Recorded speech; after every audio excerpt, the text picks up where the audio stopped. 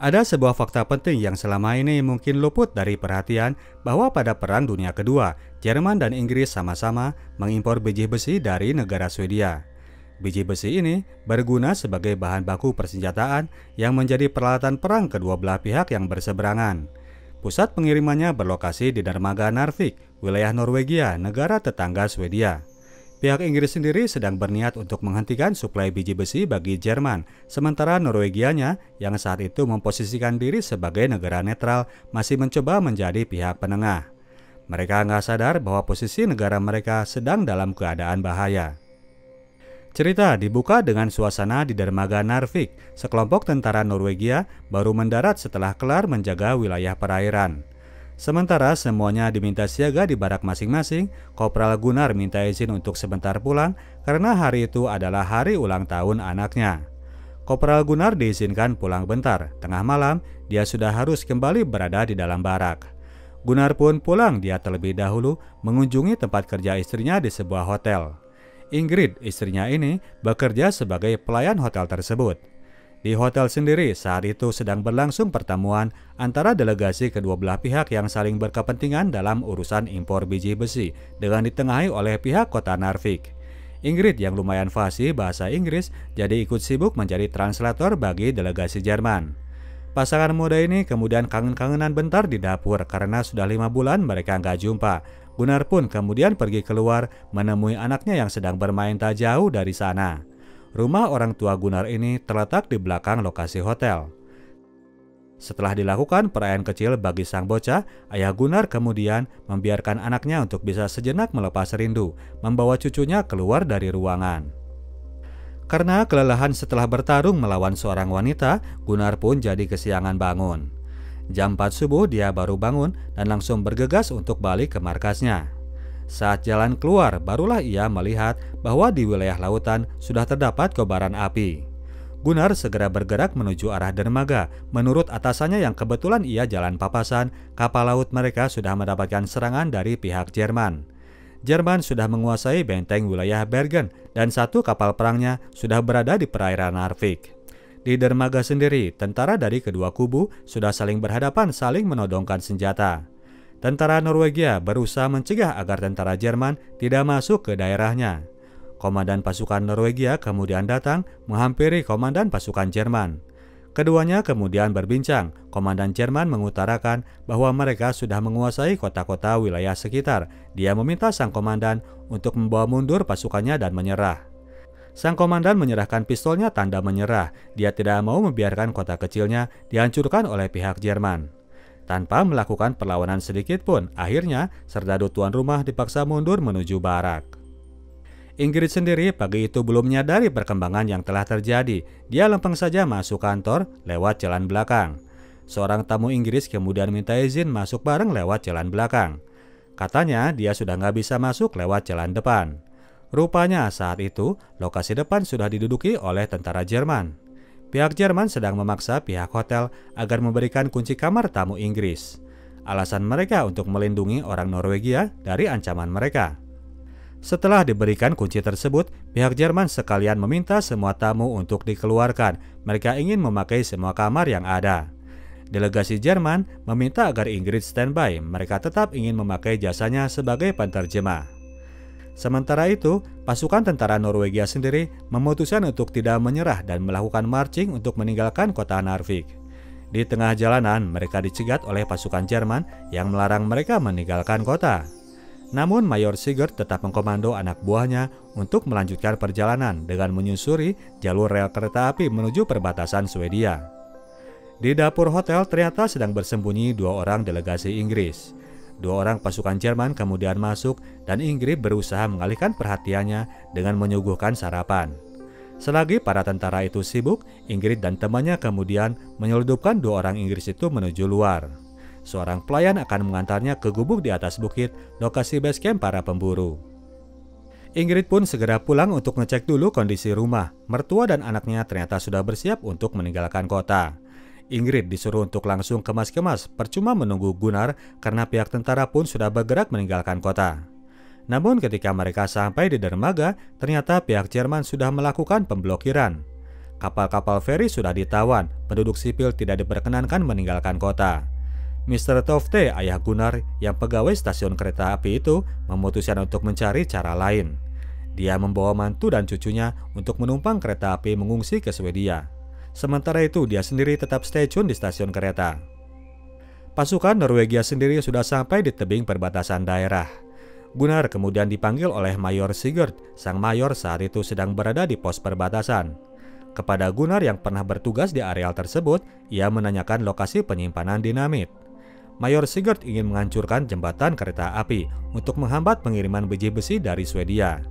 Gunnar tidak begitu tahu soal urusan rel kereta, maka dari itu ia pun menelepon ayahnya. Sang ayah kemudian memberi informasi bahwa dinamit itu disimpan di dalam lorong dan harus disimpan di pilar ketiga yang sudah disiapkan apabila suatu saat mereka ingin meruntuhkan jembatan itu. Informasi berikutnya adalah bahwa kereta penumpang sedang bergerak menuju arah Swedia dan telepon pun diputus oleh Mayor Sigurd. Dia ingin segera dilakukan peledakan jembatan tersebut untuk secepat mungkin menghindari terjadinya penyusupan oleh pihak Jerman. Diambillah peti berisi dinamit itu, isinya ternyata cuma beberapa saja. Kemudian terlihat tanda-tanda pergerakan di dalam lorong kereta, para pasukan pun langsung bersiap dan bersiaga. Ternyata itu adalah para warga sipil yang telah diturunkan dari kereta. Pihak Jerman telah mencegat kereta tersebut dan menurunkan semua penumpangnya. Gunnar menemukan anak dan istrinya ada di antara para penumpang. Dia pun segera menyuruh mereka agar ikut dengan rombongan tentara meskipun anaknya nggak mau berpisah dengan Gunnar. Anak ini terus berontak. Gunnar sendiri saat itu harus segera turun untuk memasangkan dinamit. Namun ternyata lubang yang seharusnya jadi tempat penyimpanan dinamit telah tertutupi es yang membeku. Karena sulit memecahkan es tersebut, sementara pergerakan harus segera dilakukan, Gunnar pun naik ke atas pilar. Namun ternyata sebelum kelar, tentara Jerman sudah melakukan penyerangan. Terjadilah tembak-menembak antara kedua belah pihak dengan batas jembatan kereta api. Mayor Sigurd berteriak meminta bom segera dinyalakan, namun apa daya, detonatornya belum terpasang secara utuh. Dua orang pemasang bom kerepotan karena diserang terus tembakan tentara Jerman. Ketika pada akhirnya bom siap untuk diledakkan, tentara Norwegia pun segera mundur menjauhi jembatan. Namun posisi ledak yang kurang tepat dengan jumlah dinamit yang sedikit membuat ledakan itu tidak berhasil meruntuhkan jembatan. Pasukan Jerman pun bisa lewat dari perbatasan dan berhasil menangkap ketiga pelaku pemboman. Mereka berhasil menduduki lokasi dan menemukan Ingrid serta anaknya yang tertinggal dari rombongan di depan. Keduanya pun diamankan oleh tentara Jerman. Ingrid melihat bahwa suaminya sudah tertangkap oleh pihak tentara musuh. Kedua ibu anak ini ternyata dibawa pulang ke tempatnya semula. Jasa Ingrid rupanya masih dibutuhkan oleh delegasi Jerman untuk menjadi penterjemah. Sedang terjadi perdebatan antara Pak Wali Kota dengan komandan tentara Jerman yang meminta agar Pak Wali tidak berusaha melakukan evakuasi warga.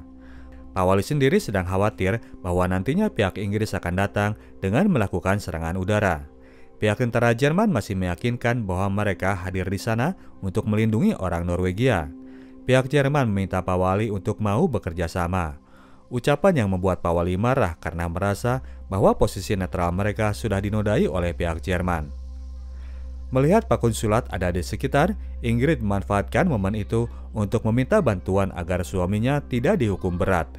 Ingrid menyebutkan nama suaminya dan Pak Konsul hanya bisa berjanji untuk menyampaikannya kepada Jenderal Detail Komandan Jerman.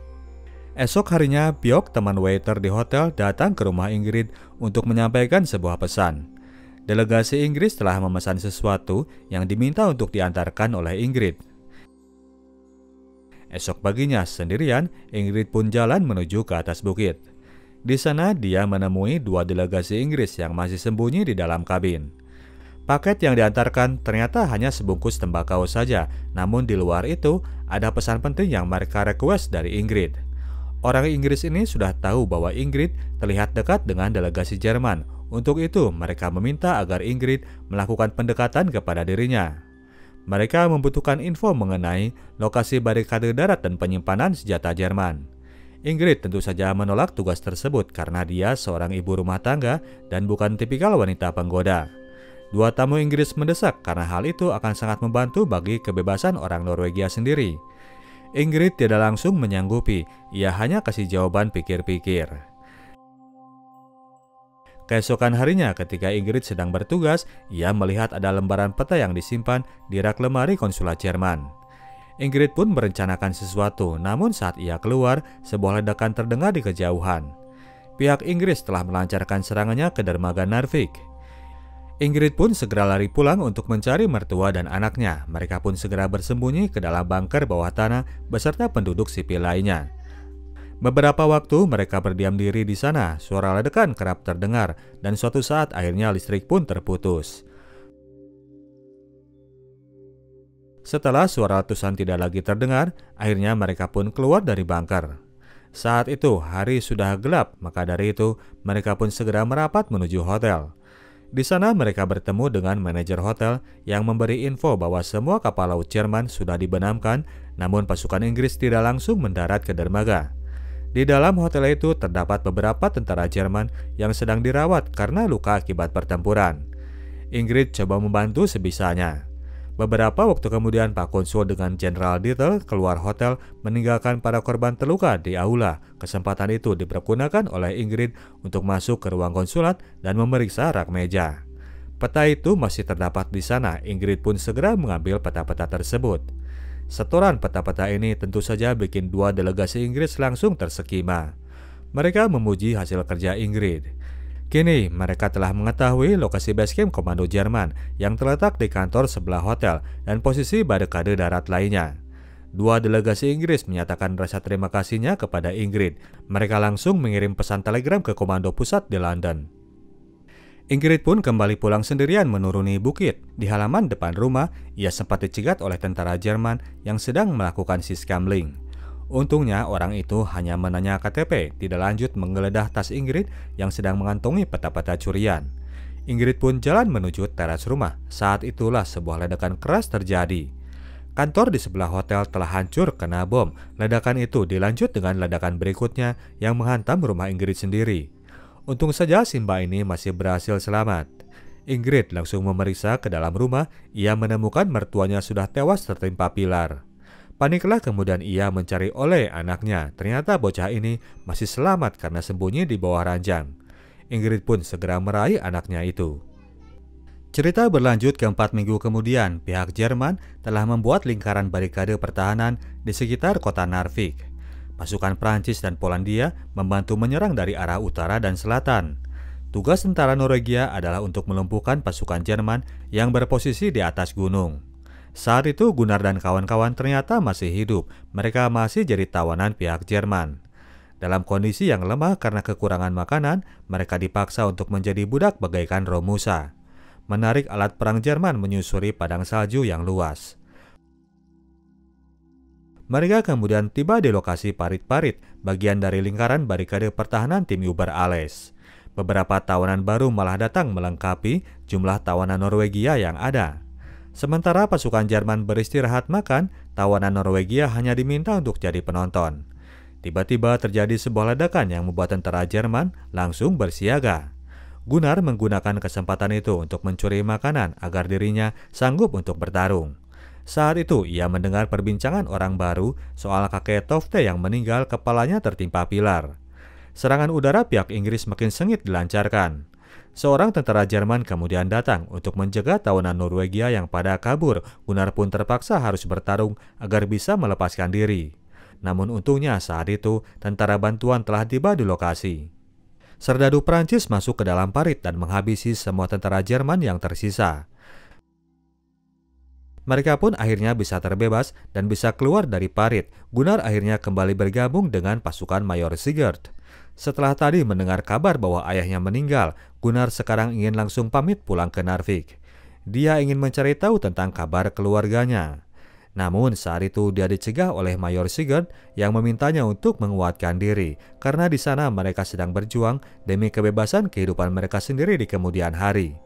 Setelah kebebasan didapatkan, Gunnar nantinya akan bisa ketemu dengan keluarganya lagi. Loncat ke waktu 1 minggu kemudian, penduduk kota Narvik kini sedang terjebak di antara pertarungan antara pasukan Jerman melawan pasukan Inggris. Pada akhirnya rencana Pak Wali Kota untuk mengevakuasi warga ke tunnel di bawah jembatan jadi dilakukan. Saat itu oleh anaknya Ingrid masih terus mengeluh merasakan sakit. Emaknya masih berusaha merawat semampu yang ia bisa. Björk kemudian datang menyampaikan kabar bahwa pihak Jerman saat ini sedang mencari orang yang menyembunyikan delegasi Inggris. Ingrid diminta untuk segera menghadap menemui Pak Konsulat. Sempat khawatir bahwa ia telah dicurigai, ternyata Ingrid dipanggil atas kebutuhan untuk menjadi penterjemah. Pihak Jerman mengancam akan mengurangi suplai makanan bagi penduduk apabila Pak Wali Kota tidak memberitahu lokasi persembunyian orang Inggris. Pak Wali mengaku nggak tahu di mana orang Inggris berada, oleh karena itu tentara Jerman mendesaknya untuk ikut bareng memeriksa tunnel. Tidak lama kemudian, sebuah bom meledak di wilayah hotel, pasukan Jerman segera berlari untuk melakukan pertahanan. Konsul Wusow mendesak Ingrid agar ia tinggal di hotel saja demi keamanan dirinya, namun Ingrid pastinya menolak. Dia punya anak yang harus ia urus di dalam sana. Ketika Ingrid balik ke dalam tunnel, kondisi Ole sudah lebih mengkhawatirkan.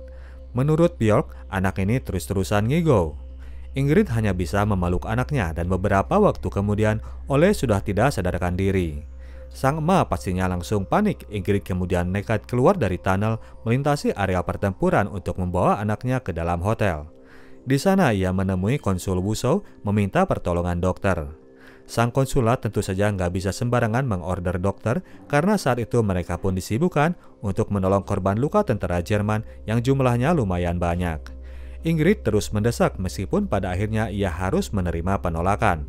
Tak tega melihat anaknya sekarat, akhirnya Ingrid pun memberikan apa yang diinginkan oleh pihak Jerman. Ia membocorkan keberadaan 2 orang delegasi Inggris. Jawaban yang membuat senang sekaligus mengagetkan konsulat Jerman. Pihak Jerman berhasil mendapatkan buruannya dan Ingrid berhasil mendapatkan pertolongan dokter bagi anaknya. Dalam proses perawatan Ole, Björk tiba-tiba muncul. Dia mendesak untuk bertemu dengan Ingrid. Björk memberikan kabar bahwa ia melihat pasukan Jerman sedang berada di dalam kabin. Untung saja dia tidak tertangkap. Dia kemudian heran bagaimana bisa Ingrid bisa mendapatkan pertolongan dokter. Ingrid akhirnya mengakui bahwa ia telah membocorkan lokasi delegasi Inggris meskipun ia tidak membocorkan nama temannya itu. Waktu beranjak ke momen di 2 minggu kemudian, pasukan gabungan Norwegia dan Prancis sedang menunggu komando untuk memulai pertempuran Narvik. Gunnar berada di antara pasukan Norwegia yang sedang berada di dalam sebuah kapal laut. Mayor Sigurd mengincar kanan pasukan Jerman agar bisa mereka lumpuhkan, namun terlebih dahulu mereka harus menghadapi 5 barikade senapan mesin. Tentara Prancis yang akan mengurus bukit sebelah, sementara bagian tunnel yang terdapat senjata kanan akan menjadi urusan tentara Norwegia. Jadi begitu kapal itu sampai di pantai, pasukan Norwegia langsung berhamburan untuk mengincar targetnya. Pasukan gabungan ini berlari menuju arah yang berbeda. Begitu mereka mendekat, pasukan Jerman langsung menyambutnya dengan semburan peluru dari senapan mesin. Beberapa orang terpaksa harus jadi korban. Tentara Norwegia harus jadi sasaran empuk senjata mesin yang berposisi di atas mereka. Merasa sangat mustahil untuk menundukkan lawannya, akhirnya Gunnar pun lebih memilih untuk menyelamatkan seorang teman dan berlindung di balik bakwan. Lalu ia pun mengajak temannya untuk mundur dari medan pertempuran, yang mana mereka kemudian dicegat oleh Mayor Sigurd. Sang mayor ngatain pasukannya sebagai kumpulan pengecut. Ia menyuruh semuanya untuk balik melakukan serangan. Sementara yang lain mengikuti perintah atasan, Gunnar lebih memilih cara yang lain. Dia mengajak 2 orang rekan untuk mendaki mengitari bukit, lalu muncul di belakang tentara Jerman yang lebih fokus pada rekannya di depan. Dengan mudah mereka pun melumpuhkan 2 tentara tersebut. Mereka ini rupanya para penjaga terowongan, sehingga pada akhirnya tim Norwegia bisa dengan mudah menyusup ke dalamnya. Mereka pun jalan masuk dan melihat rombongan beberapa tentara Jerman yang sedang menyimpan senjata kanan mereka. Gunnar dan kawan-kawan langsung melakukan serangan dan terjadilah baku tembak di antara kedua belah pihak. Pertempuran itu terhenti ketika 2 bom yang dilempar tim Norwegia berhasil melumpuhkan musuh mereka. Untuk kemudian Gunnar pun naik ke atas meriam dan meletakkan bom khusus yang sudah ia persiapkan. Mereka pun segera berlari menjauh, menghindar dari ledakan bom yang menghancurkan tank meriam Jerman. 1 orang lagi penembak senapan mesin berhasil mereka lumpuhkan dari belakang. Gunnar kemudian berteriak memanggil Mayor Sigurd untuk memberitahukan bahwa mereka telah berhasil menghancurkan tank Jerman. Para tentara pun segera lari berhamburan untuk merayakan kemenangan mereka. Kekalahan pertama timnya Adolf Hitler dan kawan-kawan dalam momen Perang Dunia Kedua. Para tentara Norwegia bersama-sama naik ke atas bukit untuk menurunkan bendera Nazi dan mengibarkan bendera Norwegia sebagai penanda kemenangan tadi. Mereka telah berhasil merebut kembali kota Narvik setelah sekitar 2 bulan diduduki oleh pihak Jerman. Gunnar memandangi foto istrinya yang tidak lama lagi akan kembali ia ajak tarung. Kontingen Jerman saat itu memang benar-benar berhasil ditaklukkan. Pasukan yang tersisa di hotel sedang sibuk untuk undur diri dari Narvik. Konsul Wusow yang kesengsem sama Ingrid masih sempat menemui si Mbak itu dan mengajaknya untuk ikut serta ke Berlin. Dia berdalih bahwa ia khawatir dengan keselamatan Ingrid di kota tersebut karena gak lama lagi pihak negaranya sudah pasti akan membalas dengan brutal. Ingrid sudah tentu menolak. Dia berdalih bahwa dirinya bukan wanita yang tepat untuk Pak Konsul. Pak Konsul masih terus membujuk. Dia tidak ingin nantinya Ingrid sendiri di kota itu ketika momen tersebut tiba karena pasukan Jerman sudah berjaya di mana-mana. Mereka juga pasti akan bisa merebut balik kota Narvik. Ingrid menegaskan bahwa ia tidak sendiri di kota itu. Pak Konsul kemudian menyampaikan sebuah kabar yang sebelumnya belum sempat ia sampaikan. Ia menyatakan bahwa suami Ingrid sudah tidak ada kabar. Sangat besar kemungkinan bahwa ia sudah is dead. Konsul Wusow kemudian memperlihatkan list yang menunjukkan bahwa nama Gunnar Tofte sudah dicoret. Ingrid tentu saja sangat berduka dan panik mendengar kabar itu. Ia pun pergi menjauh dari Wusow untuk mencari anaknya. Ingrid melampiaskan kesedihannya itu kepada Polly, manajernya, yang mana kemudian sang manajer menyuruhnya untuk segera cabut dari Narvik. Di belakang, orang-orang sudah pada menggibah. Ingrid sudah dicap sebagai pengkhianat. Apalagi nantinya kalau Jerman sudah pergi sementara Ingrid hanya sendiri, dia nggak akan bertahan hidup di kota itu. Bu manajer kemudian memberikannya uang sebagai bekal Ingrid untuk hijrah. Hari itu tanggal 20 Mei 1940, para warga kota Narvik kembali bebas beredar di sekitar kota. Pak Wali sangat gembira merayakan hari kebebasan itu. Para tentara tiba di jalanan kota dan disambut oleh orang tercintanya. Björk pun datang untuk menjemput Hansen, teman Gunnar. Kepada Björk, Gunnar menanyakan keberadaan istrinya. Jawaban Björk ternyata bikin ngenes karena ngomong-ngomong soal orang Jerman. Gunnar pun tiba di rumahnya yang sudah berubah jadi reruntuhan. Ia pun masuk ke dalamnya dan masih menemukan Ingrid serta Ole yang masih berada di sana. Kebahagiaan Gunnar yang juga diiringi oleh kebahagiaan Ingrid yang kaget setengah mati melihat suaminya ternyata masih hidup. Gunnar pun segera menghampiri Ole yang sedang memegang bendera Norwegia. Ia mengajak anaknya itu untuk ikut merayakan di luar. Sang anak kemudian menjawab dengan polos bahwa ia dilarang untuk melakukannya. Ingrid segera meraih anaknya balik dan menjawab bahwa mereka harus segera pergi. Hal itu membuat heran Gunnar. Ia pun mulai membahas soal ucapan Björk tadi soal orang Jerman. Melihat Ingrid jadi gelagapan, Gunnar pun makin curiga. Ingrid menjelaskan bahwa ia terpaksa harus melakukannya. Dia kemudian menyuruh Ole untuk memperlihatkan bekas lukanya. Gunnar jadi makin curiga bahwa istrinya ada main gila sama orang Jerman. Ingrid pada akhirnya menjelaskan bahwa dirinya sudah membocorkan lokasi orang Inggris kepada pihak Jerman. Gunnar yang patriotik ini sangat kaget mendengarnya. Meskipun Ingrid sudah menjelaskan bahwa hal itu ia lakukan demi menyelamatkan nyawa Ole, Gunnar tetap menganggap istrinya sebagai pengkhianat. Ingrid jadi menyesal kedatangan lagi suaminya, mendingan kemarin saja saat suaminya ini masih tidak ada.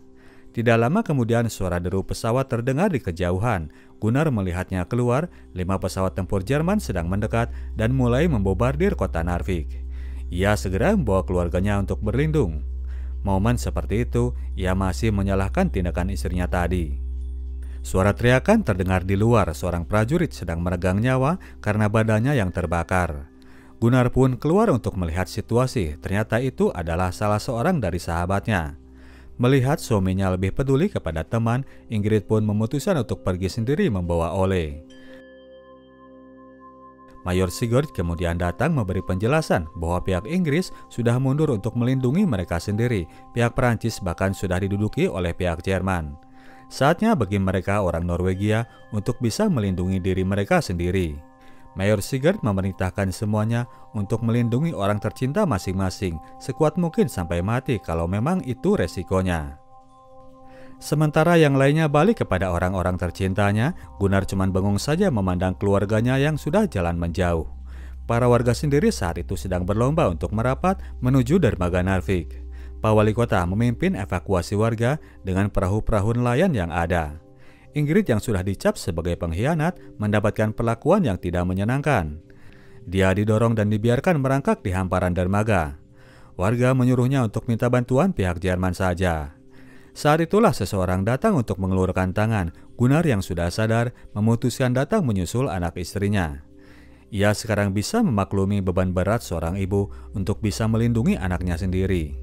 Keluarga kecil ini pun masuk ke dalam perahu bersama warga lainnya untuk meninggalkan kota Narvik yang tak kapan lagi bisa mereka jumpai. Setelah kota itu ditinggalkan semua warganya, pada akhirnya pihak Jerman memang membalaskan dendam dengan membumi hanguskan kota kecil tersebut. Pertempuran Narvik ini adalah yang pertama dan yang terbesar yang pernah terjadi di bumi Norwegia. Terjadinya sebelum negara Norwegia sendiri menyatakan diri menyerah 2 minggu kemudian pada tanggal 8 Juni 1940. Disinilah pasukan Jerman merasakan kekalahan pertamanya di Perang Dunia Kedua, meskipun hanya sekejap saja. Oke, demikianlah ceritanya bro dan sis. Kita tim Sinotok cabut dulu. Sampai jumpa di video kita selanjutnya. Ciao.